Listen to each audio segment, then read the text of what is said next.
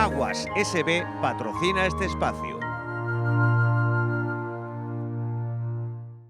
Hola, ¿qué tal? Bienvenidos a una entrevista aquí en el set de Atlántico Televisión, dentro de la redacción de Atlántico Diario, y hoy tenemos la suerte de contar aquí en la redacción, le damos las gracias por acercarse hasta aquí con Sebastián Álvaro, que ha venido hasta aquí por una charla que ha dado con Peña Trevinca y con la Universidad de Vigo sobre el cambio climático y el medio ambiente, y nos ha hecho la deferencia de venir hasta aquí. Muchas gracias, Sebastián. Muchas gracias a vosotros por contar conmigo. Hay cosas en el periodismo que uno se atreve a hacer, como por ejemplo esta, que yo no tengo prácticamente trato con aquel aparato de la cámara, y Sebastián, que tiene muchísimo más trato que yo, ahora voy yo y lo entrevisto. Hay cierta osadía en esto, pero vamos a intentar que quede más o menos bien. No hay peor cosa que no atreverse. Efectivamente, y tu vida y tu trabajo es un ejemplo perfecto. Pues nada, Sebastián, si te parece, empezamos un poco por tu motivo de este viaje a Vigo en concreto, que es esta charla que ofreciste sobre medio ambiente, sobre montañismo, sobre cambio climático. La primera pregunta es muy básica. ¿Qué dirías o qué ejemplo le pondrías a alguien que dice que el cambio climático no existe? Que está equivocado, que la cuestión en realidad del cambio climático no es una cuestión de opiniones, porque eso es una certeza científica, una evidencia científica. Lo que ya es más complicado es saber qué podemos hacer para revertir o para adaptarnos a una realidad que se nos viene encima y que en realidad no es el planeta el que está en cuestión, que el planeta va a seguir girando. Cuando decimos el planeta está en peligro, en realidad lo que deberíamos de decir es nuestra especie está en peligro. Claro, lógicamente. ¿Crees que realmente la gente tiene conciencia sobre este tema? O también, como te comentaba antes, hay gente que lo niega, hay gente que tal. ¿Crees que hay una conciencia general que nos permita avanzar hacia esa posible solución? Desde luego en nuestro país sí, y yo creo que en buena parte de Europa y del mundo civilizado también. Pero en esto, igual que con las vacunas, hay una minoría negacionista, desde luego muy minoritaria en nuestro país, pero no tanto en otros países aparentemente muy desarrollados, como puede ser Austria o Italia o Francia o Estados Unidos, que es una minoría que mete mucho ruido y que arrastra a mucha gente. Pero bueno, digamos que tenemos herramientas, por ejemplo esta entrevista, para contar a cámara, así cara a cara, que deberíamos de poner pie en pared y que no deberíamos retroceder en determinadas cosas. Una de ellas es en nuestro país en concreto, para decir, no podemos dejar perder un paisaje más de nuestro país. Tú que conoces tantos lugares, tanto en España como fuera de España, ponme un ejemplo de ese cambio radical que has notado, de 20, de 30 años hacia aquí, por ejemplo. Bueno, de 40 años. De 40.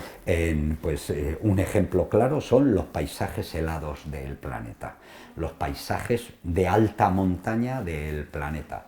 Y voy a poner dos ejemplos muy concretos. Cuando tú y yo nacimos, con alguna diferencia, pero en las montañas del Pirineo español teníamos glaciares, que a día de hoy han desaparecido. Ya está. Otro ejemplo concreto, hace poco más de un mes me encontraba en la Antártida y los paisajes helados de la Antártida, que son el refrigerador del planeta, ya se ve evidentemente los cambios del hielo, de cómo glaciares están desapareciendo mucho más rápido de lo que pensamos, igual que ha ocurrido en el Pirineo, en la Patagonia o en Groenlandia, donde directamente los últimos grandes paisajes helados de la Tierra vemos como los estamos perdiendo con consecuencias que no llegamos a saber. Así que la Antártida, que es fundamental para la regulación de las corrientes marinas y atmosféricas, de repente ahí ya evidentemente, con evidencia científica, estamos viendo cómo se están perdiendo esos glaciares. Efectivamente. Hablábamos antes de iniciar, porque Sebastián tiene mucho que hablar y tenemos mucha conversación, de la necesidad de viajar o la importancia de viajar como fuente de conocimiento, ¿no? Tú lo has llevado mucho a cabo, ¿verdad, Sebastián? Sí, he viajado mucho, pero también he leído mucho. Las lecturas, es decir, leer y sobre todo leer bien, y eso significa que igual que hicieron conmigo cuando era primero niño y luego joven, que alguien te vaya dirigiendo tus lecturas. Y eso tiene que ver mucho con la curiosidad y la imaginación. En primer lugar, yo debo de agradecer la cantidad de horas que mi madre metió conmigo para enseñarme a leer cuando era niño. Y luego para comprarme tebeos del Capitán Trueno que activaron mi curiosidad en más lecturas. Porque del Capitán Trueno pasé a las novelas de Julio Verne y otras, y luego ya, cuando a partir de una edad adulta, también fui abriéndome a cosas que me interesaban saber. Yo recuerdo que he leído muchísimo sobre todo el periodo de la Guerra Civil Española, tan desgraciada, y que nos llevó a realizar una transición en la que yo participé activamente cuando era joven, y que me parece que fue uno de los momentos más fructíferos en la historia de los últimos 200 años de España. Sí, señor, sí, señor. Pero luego he leído mucho también, porque me ha interesado, por razones obvias, mucho sobre la aventura del descubrimiento de América, y sobre todo me he especializado mucho en esa época que va de finales del siglo XV, de 1490, con la terminación de la Reconquista, con el descubrimiento de América, los navegantes españoles y los grandes descubridores españoles. Así que eso que se llamó el siglo de oro español, cierto, que tiene que ver con la aventura, pero también con la cultura, sí, con mayúsculas. Es decir, y me gusta poner el ejemplo, ¿no? Hubo un tiempo que por las calles de Madrid podían cruzarse Cervantes, Lope de Vega, Quevedo, cierto, Calderón y Velázquez, aproximadamente, en ese tiempo histórico. Una buena pandilla, sí. Podría decir, ¿quién da más a nivel de cultura universal? Pero también, por supuesto, pues me han interesado personajes, algunos de ellos muy desconocidos en España, como desde luego todo el mundo conoce a Hernán Cortés y a Pizarro, ¿no? Pero hay otros aventureros que no son tan conocidos, ¿no? Como por ejemplo Orellana, el primero que cruza del Pacífico al Atlántico, o navegantes como Juan Ladrillero, que apenas lo conoce la gente, que llevó a cabo una de las mayores y mejores exploraciones del mundo en la zona de Tierra de Fuego, o Pedro Sarmiento de Gamboa, que fue el primero que trató de colonizar, de meter a gente a vivir en Tierra de Fuego con consecuencias desastrosas. Es decir, que todo ese mundo de la aventura, que a su vez transforma el mundo de forma radical, y que tiene que ver con el conocimiento moderno. Es decir, ahora estamos celebrando el 5º centenario de la Vuelta al Mundo de Magallanes y Elcano, que cambia la visión del mundo. Habrá gente que me pueda decir, ya los griegos sabían que la Tierra era redonda, y desde luego los sabios del Consejo de Indias y portugueses, pero la comprobación, digamos, todo el mundo sabía que la Tierra era redonda, pero había que ir y verlo, y saber las dimensiones de esa esfera, y saber que los océanos estaban interconectados, y que por tanto, por primera vez, culturas tan diferentes como las de la península ibérica, las de América y las de la Polinesia y Filipinas y China, de repente quedaron conectadas, ¿no? Así que eso nos abrió la puerta al comercio mundial, a los imperios globales y, por supuesto, marítimos, y ahí España significa el humanismo y el renacimiento. Quiero decir, contradice de tal forma toda la leyenda racista y xenófoba de España, que solamente por eso mereció la pena ir allí, demostrarlo y leer un montón de esas cosas. Así que me he especializado a nivel de historia de ese momento histórico del siglo de oro español, que en realidad fueron dos siglos, y luego los exploradores británicos modernos, que ya es siglo XIX y siglo XX. Ahí queríamos llegar porque el río de conocimiento de Sebastián es muy amplio y tiene muchos afluentes. Entonces, hablábamos de la lectura te lleva casi por obligación a la escritura o casi como no sé, como un río, te lleva de tanto leer, al final sientes la necesidad de escribir. Tu último libro, Everest 1924, también habla un poco de esa historia, ¿no? De esa historia que hay que conocer para después seguir, ¿no? Y claro, eso, ¿no? Sí, pero primero hay que leer. Para escribir primero hay que leer mucho, y en mi caso viajar mucho y vivir mucho. Y a eso fui llegando, digamos, poco a poco. Al principio, porque parecía obvio, ¿no? Íbamos a hacer una escalada al K2 o al Everest y escribía sobre esas aventuras. Claro. Al principio hacíamos 2 tandas de programas de al filo en el que hacía 30 expediciones en 2-3 años. Y necesitábamos contarlo, ¿no? En ese inicio era un poco periodismo también, ¿no? Era un poco contar lo que has vivido, vamos. Sí, ¿no? Porque además una cosa me llevó a otra, a colaborar con periódicos como El País y con el suplemento semanal en el que hacíamos todas las semanas, contaba aventuras maravillosas por el mundo con fotografías y tal, y todo eso estuvo muy bien. Colaboré con El País, como digo, con El As, con Marca, con El Mundo, es decir, prácticamente con los medios más importantes de comunicación.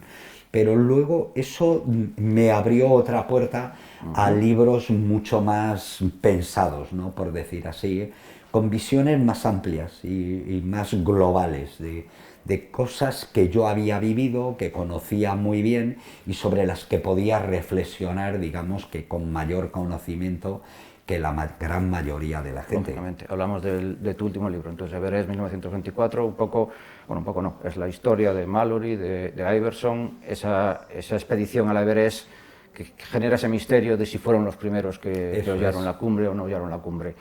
Lo primero que hay que decir, creo, es que en el libro no te da la solución, no te dice si hollaron la cumbre o no hollaron la cumbre. Es que hay cosas para las que no hay solución, no hay una solución definitiva. Es decir, si la gente está esperando encontrar una fotografía de Irving y Mallory, la famosa cámara, y de una foto en la cumbre del Everest, a mí me parece que eso es harto improbable.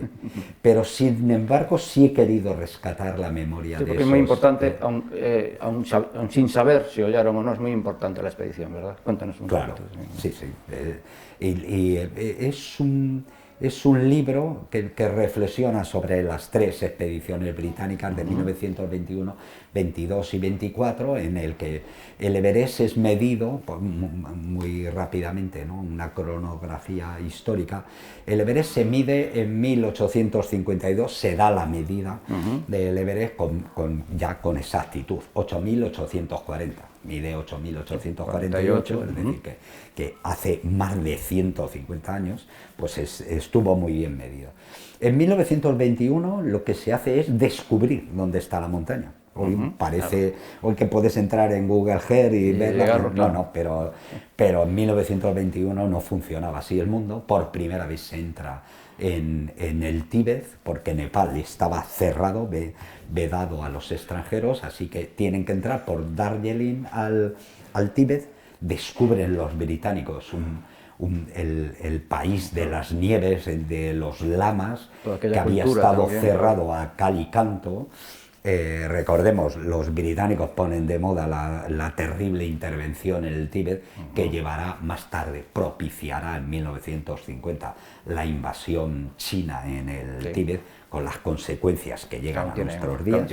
Eso es otra derivante política en la que podríamos hacer otra entrevista, pero no es el caso. Así que los británicos entran en 1921 y filman las primeras grandes imágenes del Everest, del Lhasa, de una cultura arcaica casi de la Edad de Piedra, de un régimen feudal y teocrático basado en la religión, con gente, con siervos, con una miseria atroz, en el sitio más duro del mundo para vivir. El altiplano tibetano está por encima de 4.800 metros, y ahí vemos imágenes, por ejemplo, de a los niños dándoles sebo desnudos para protegerles del frío. Claro.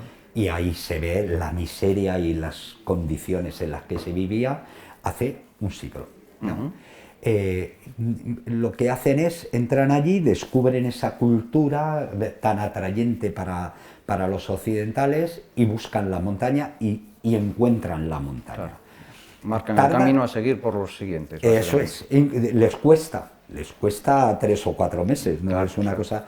Pero ahí va un tipo que es sin lugar a dudas el alma de esas expediciones, que es George Mallory, que intuye la ruta de ascensión, y le pegan ya un tiento. Y suben a 7.000 y pico metros, sin botellas de oxígeno, con un frío del carajo, con trajes de franela, con gabardinas y bufandas. Es importante el cómo también, ¿no? ¿Cómo fueron esas expediciones? Porque ahora mismo decimos, bueno, fueron 8.000 metros, obviamente no es una cosa habitual, pero a nivel de montañismo sí que puede ser más o menos habitual. Pero en aquel momento, bueno, tú dices, ¿no? Los medios que tenían, incluso la ropa... Para protegerse del frío, o el material técnico, piolés que no servían para escalar en paredes, tal, y botas sin crampones con herrajes, claro, que al final les van a provocar la muerte a los dos de ellos. Así que en 1921 se cartografía buena parte del Tíbet y se hace el primer mapa científico, es decir, del Everest, es decir, se coloca el Everest en el área de conocimiento tal y como lo sabemos ahora, porque antes había diagramas, igual que del Amazonas se pintaba una culebra, claro, que hay gente que dice, bueno, es que ya se conocía. No, el conocimiento científico es hacer un mapa, claro, a escala, y decir, esta montaña está aquí, mide esto, y en relación con la de enfrente, que mide 1.500 metros, eso aporta el conocimiento, claro, para seguir descubriendo el Everest. En 1922 se va y ya se logra de entrada 2 récords absolutos de altitud. El récord de altitud estaba en el Chogolisa por Luis de Saboya, el hijo del rey Amadeo de Saboya, que nació en Madrid, en el Palacio Real de Madrid, y lo tenían en 7.500. Y de repente, en muy pocos días, Mallory y Somerville y Norton suben a 8.250 metros sin botellas de oxígeno, lo cual supone superar en 700 metros la altitud, que en aquellos tiempos, con aquellos medios y equipos tan rudimentarios, es realmente una revolución. Pero es que 3 o 4 días más tarde, otros 2 compañeros suyos, George Finch y Bruce, Jeffrey Bruce, logran subir a 8.400 metros con botellas de oxígeno. Y eso es una revolución que, entre otras cosas, permite descubrir a Mallory que para conseguir la cumbre del Everest, que es lo que quieren, para que han convertido el Everest los británicos el tercer polo, no han logrado llegar los primeros al Polo Norte ni los segundos, y fueron los segundos en el Polo Sur. De repente descubren que el Everest es el tercer polo, el punto más alto de la Tierra, y ahí hay que desquitarse y tienen que ser los primeros. Y entonces tienen que conseguir al Everest, la cumbre del Everest a toda costa. Y vuelven por tercera y última vez en 1924 con un equipo ya mucho más afinado y sobre todo con equipos de oxígeno, que va a ir un chaval muy joven de 22 años, el que va a acompañar y el que va a morir con Mallory el 8 de junio de 1924 para afinar, para cuidar los equipos de oxígeno. Sí, señor. Y digamos que en todo lo que rodea esa expedición he hecho el libro.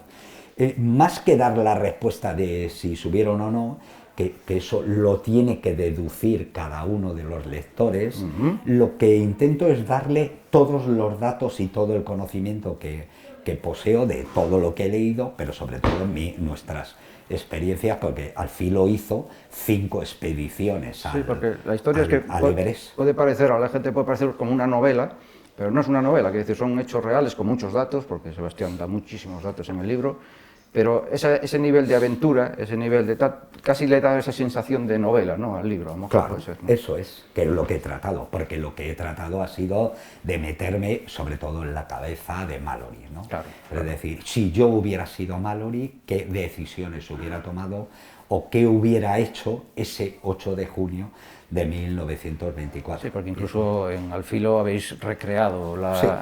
en su momento recreasteis Esa esa aventura. expedición, o sea que la Vestido. controlas, la dominas al dedillo, te voy a decir al metro, a lo mejor no, pero casi, Casi, ¿no? Pero sí, casi, porque ¿no? estuvimos allí exactamente en la misma ruta, con compañeros vestidos con esas ropajes, por decirlo de alguna forma, pero seguimos literalmente sus pasos. La ruta que abrió Malory, y que debería de llamarse así, la ruta Malory al Everest por la cara norte, y entonces lo que le voy dando al lector es todos los datos que conocemos, los ciertos y los que prácticamente con un estudio detectivesco hemos ido investigando, he ido investigando, pues dando incluso las imágenes cuando se descubrió el cadáver de Malory en 1999, lo grabaron muy bien, hicieron fotos, bueno, pues yo he cogido esas imágenes, se las he dado a dos forenses, uno de la Guardia Civil y otro un buen amigo médico de Aragón, que está investigando las tumbas de los reyes de Aragón con ADN y demás. Les he dado esas imágenes y les he pedido un estudio forense, ¿no? Forense, claro. Y ha estado muy bien porque me han dado datos que probablemente otra gente no haya caído en ello, ¿no? De cómo pudo caer Malory, cuántos metros pudo caer, Claro. viendo las Cómo imágenes los restos. y demás. Y además he tratado sobre todo de darle al lector el mundo mental que tenían esos hombres, que tenía Malory en su cabeza. Sí, señor. ¿Y ese nivel de aventura unido a descubrimiento sigue siendo posible? Es decir, ¿sigue habiendo en el planeta lugares en los que la gente se pueda plantear una aventura de ir, que ya de por sí es una aventura, pero también descubrir? Sí, claro que sí. Sí. Lo que pasa es que no lo voy a contar aquí, porque entre otras cosas de eso vivo yo ahora mismo. Lo que tienen que hacer los chavales, bueno, los chavales y los menos chavales como yo, hay que ir allí y hay que descubrir el mundo, y tienes que ir descubriendo lugares que todavía no han sido hallados. Desde los fondos del mar a la Luna, el interior de la Antártida, o valles perdidos del Himalaya o del Karakorum, por ejemplo, entre otras muchas cosas. Pero luego hay desiertos que quedan por cruzar, por atravesar, lugares, selvas, el interior de selvas que todavía están por recorrer completamente. Es decir, claro que quedan menos sitios, pero también son más difíciles y por supuesto a nivel de alpinismo quedan montañas de 6.000 y de 7.000 metros a centenares, casi yo diría a miles, ¿no? Donde se puede hacer alpinismo del mayor nivel, ¿Y qué parte con mucho compromiso. Quiere decir que vas a ir ahí y te tienes que jugar la vida. Claro. No todo el mundo está dispuestos a dar ese paso, y probablemente sea razonable, pero la aventura siempre ha supuesto ir un paso más adelante, y muchas veces también, como los descubridores o los navegantes españoles que he nombrado antes, suponen siempre un riesgo un peligro, y la definición de peligro es todo aquello que nos puede hacer daño. Así que un buen gestor del riesgo lo que tendrá que hacer es leer muy bien las posibilidades de que ese riesgo se materialice, estudiar de qué forma se puede aminorar esos riesgos o esos peligros, y sobre todo en el caso de que se provoquen, ver cómo puede salir de esa historia y poder seguir viviendo, que en eso consiste. Claro, lógicamente. El montañero tiene que volver a casa, no subir a la cumbre, eso no es la finalidad, lo principal es volver a casa. Efectivamente. Decía Malory, ¿no?, que le preguntaban por qué iba al Everest, y él decía, creo que era un poco más, obviamente tú me lo matizas, porque está ahí, decía él. ¿Por qué está ahí? ¿Por qué vas al Everest? No, porque está ahí. Y quiero conocerlo, quiero que los demás lo conozcan también, ¿no? También genera conocimiento ese nivel de aventura, ¿no? Ahora, incluso hoy en día, conocerlo, como tú dices, los desiertos, conocer las selvas, conocer esas montañas que no, puede generar conocimiento también, que nos ayude a la humanidad a avanzar también, ¿no? En dos aspectos. Bueno, primero, decir que esa frase no está No está comprobada vale, científicamente, perfecto. que lo dijera Mallory. Lo que sí que Mallory dijo, más o menos, porque me la sé de memoria, es: si alguien me preguntara cuál es la utilidad de escalar el Everest, debería de decirles que ninguna. Solo se trata de dar salida a la aventura, al afán de conocimiento que late en el impulso indómito del corazón del hombre. Más o menos. Bueno, Mucho más poético, sí, más señor. poético, pero que viene a ser en efecto Sí, lo sí, mismo. obviamente, descriptivo. El conocimiento, pero sobre todo el afán de aventura, impulsa el progreso de la humanidad. Siempre, y es un afán de conocimiento que tiene que ver con el conocimiento científico y con el conocimiento de ir a hacerlo. Es decir, hay aventureros de la acción y aventureros de la mente. Y siempre ha habido, siempre han estado unidos. Esa conexión. Claro. Claro. Esa conexión. Para que Colón fuera a América, o Magallanes descubriera y diera la vuelta al mundo, tuvo que ver unos mapas. Pero al mismo tiempo, todo ese conocimiento que traían los navegantes españoles, al mismo tiempo se trasladaba casi inmediatamente, y además fue puesto en unión con todo el mundo, con mapas precisos de cómo era la costa de América, de cómo era el estrecho de Magallanes, lo cual invitó a otros españoles y a muchos otros extranjeros a ir allí o a ir a otras islas. Es decir, el progreso siempre ha ido ahí.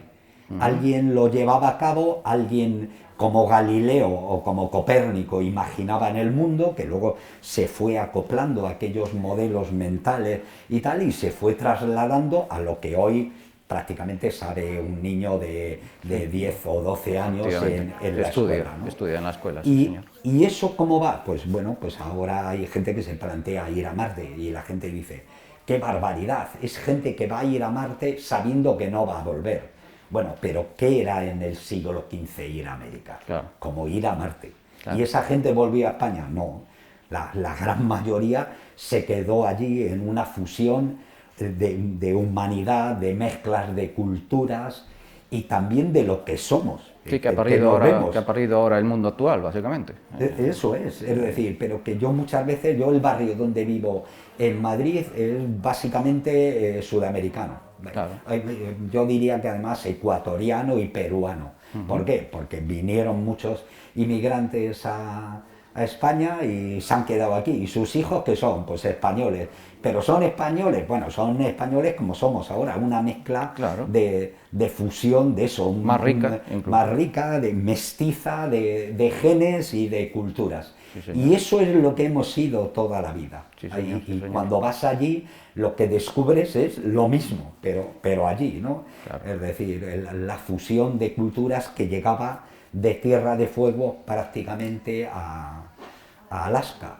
Y llegado este momento, me lo vas a dejar, me vas a permitir decir que el genocidio en América lo cometieron los anglosajones, que vendieron el nacimiento de Estados Unidos con la conquista del oeste, cuando el oeste era mestizo y hablaba castellano.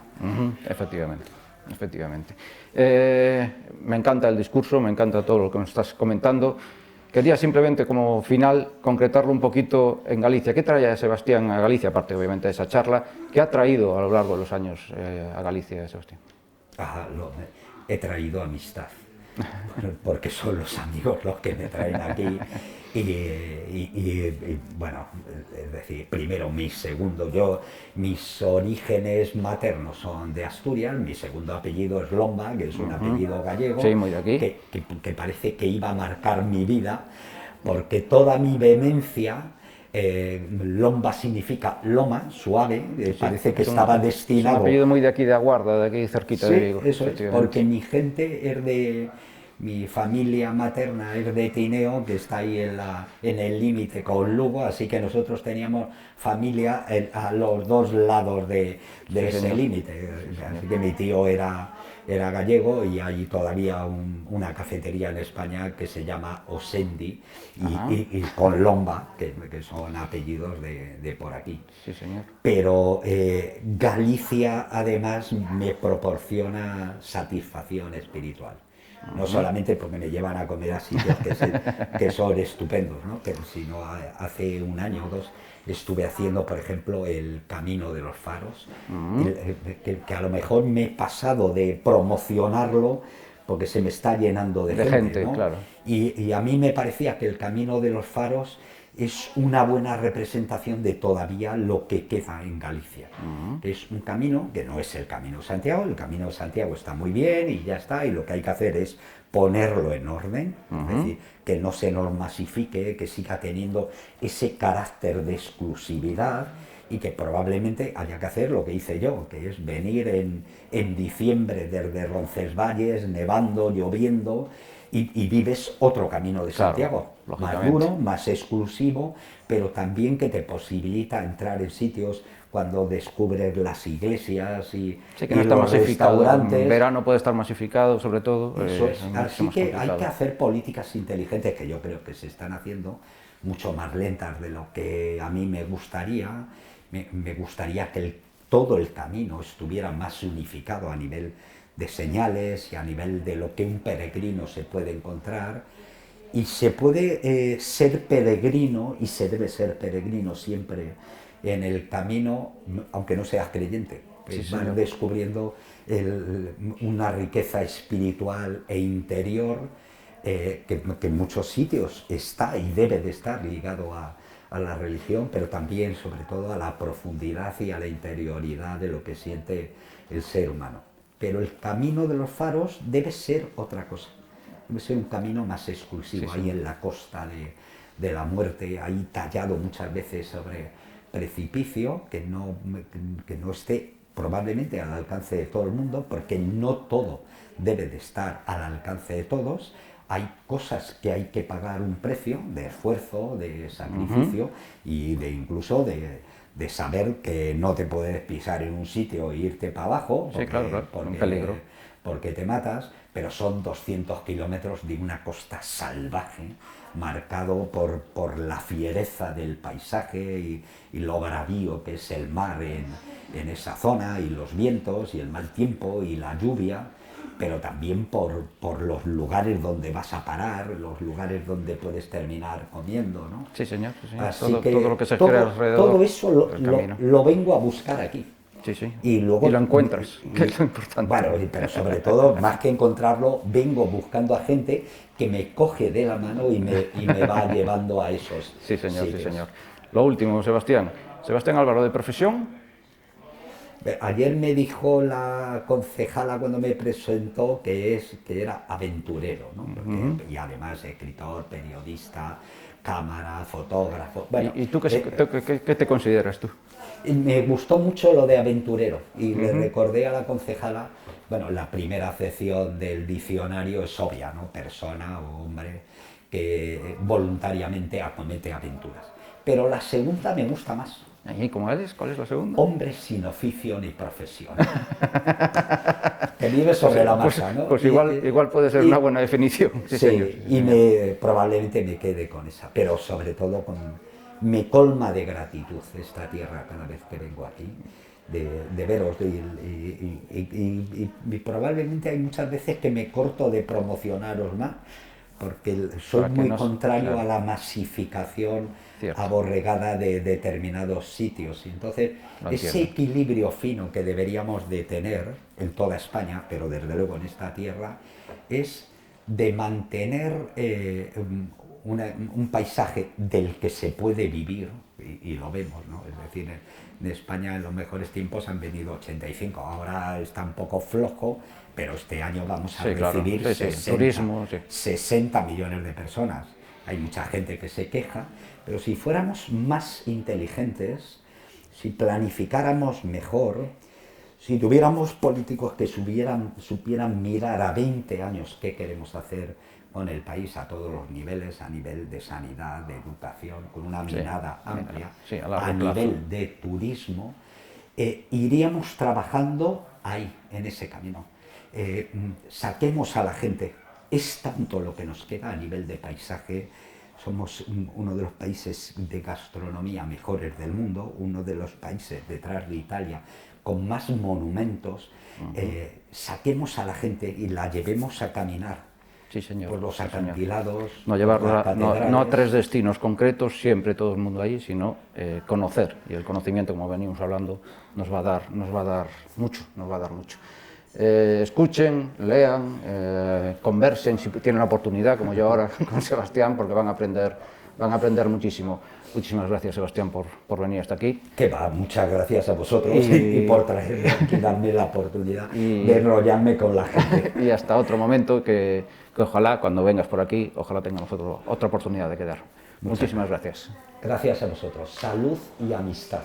Gracias.